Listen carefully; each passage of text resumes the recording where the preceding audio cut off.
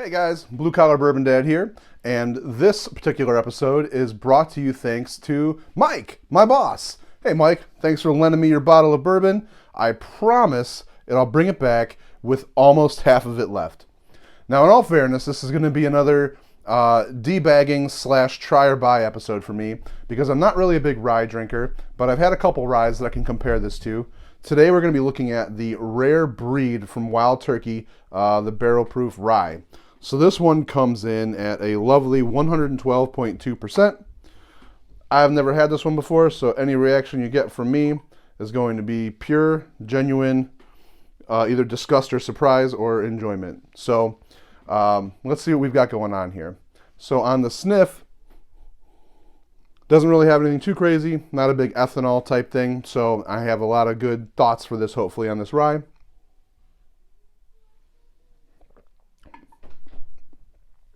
On the sip, it's not too bad. It's very smooth, but it doesn't have a very distinct taste.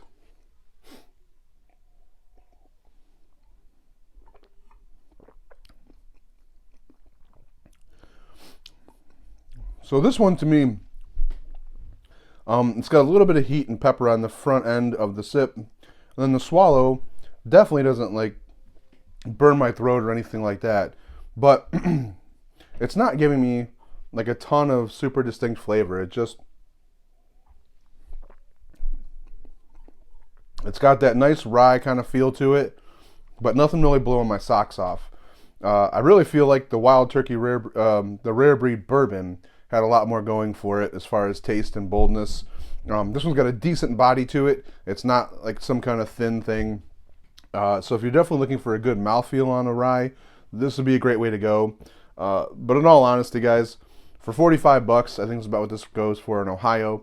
It's not a bad rye. I still prefer the Sazerac rye. That's going to be around like 22 bucks.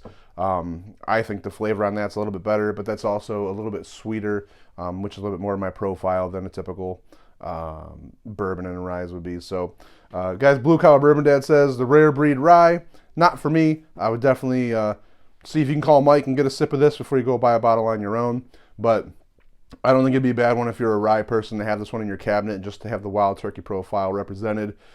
But once again, guys, this isn't for me, but hopefully this one's helped you out. Mike, thanks again for loaning me your bottle of rye. I appreciate letting me do the try on it. I will not be buying this one, but hopefully this tickles the fancy of somebody else out there. So like the rest of my videos, guys, I hope this helps. I know it's helped me.